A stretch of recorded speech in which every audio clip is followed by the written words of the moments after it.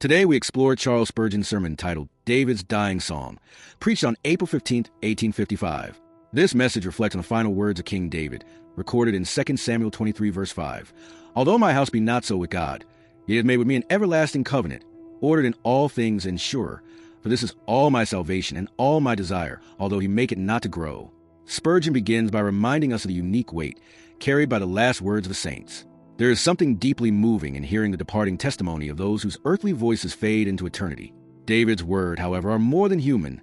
They were spoken under the inspiration of the Spirit of God, carrying a divine seal. These words offer comfort, assurance, and truth for every believer. Spurgeon highlights three main themes drawn from David's last words. First, David acknowledged sorrow in his house. Second, he found confidence in God's covenant. And third, he experienced satisfaction in his heart. Each of these lessons provides us with encouragement in our own journey of faith. David confessed, "Although my house be not so with God." Despite being a man after God's own heart, his household was marked by sin and rebellion. His children brought grief and shame.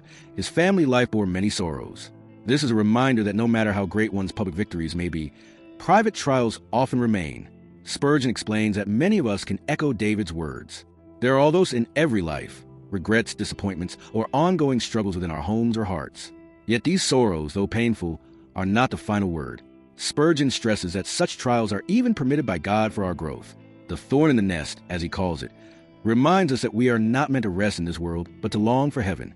Even family pain, though grievous, can be a tool to bring us closer to Christ and to keep us prayerful and dependent upon God. But David's testimony does not end in sorrow. He continues, "Yet he had made with me an everlasting covenant." Here David shifts from his household failures to God's eternal faithfulness. Spurgeon draws our eyes to the glorious truth that God himself has established a covenant, ordered in all things and sure. This covenant is not based on man's merit, but on God's unchanging promise through Christ. Spurgeon presses the personal application. It is not enough that there is a covenant in general. We must be able to say with David, "He has made it with me." Salvation is not about vague hope or collective religion. It is about a personal covenant relationship with God through Jesus Christ. This is what gives true assurance and peace. Finally, David expresses satisfaction. "This is all my salvation and all my desire." Despite the sorrow in his house, and despite the struggles he faced, David ends the song rejoicing in God's salvation. Spurgeon explains that worldly comforts can never satisfy. Whether in the palace or the cottage, true rest for the soul is found only in Christ. David's desire, his joy, and his peace were wrapped up in God's covenant promise. Spurgeon urges us to make the same confession. Can we say, "This is all my salvation and all my desire"? Do we find our delight not in riches, fame, or earthly pleasures, but in Christ alone? This is the testimony of the believer at life's end. Not sorrow over what was lost, but satisfaction in what was eternally gained. In closing, Spurgeon reminds us that the covenant of grace is everlasting. It is ordered, secure, and unshakable.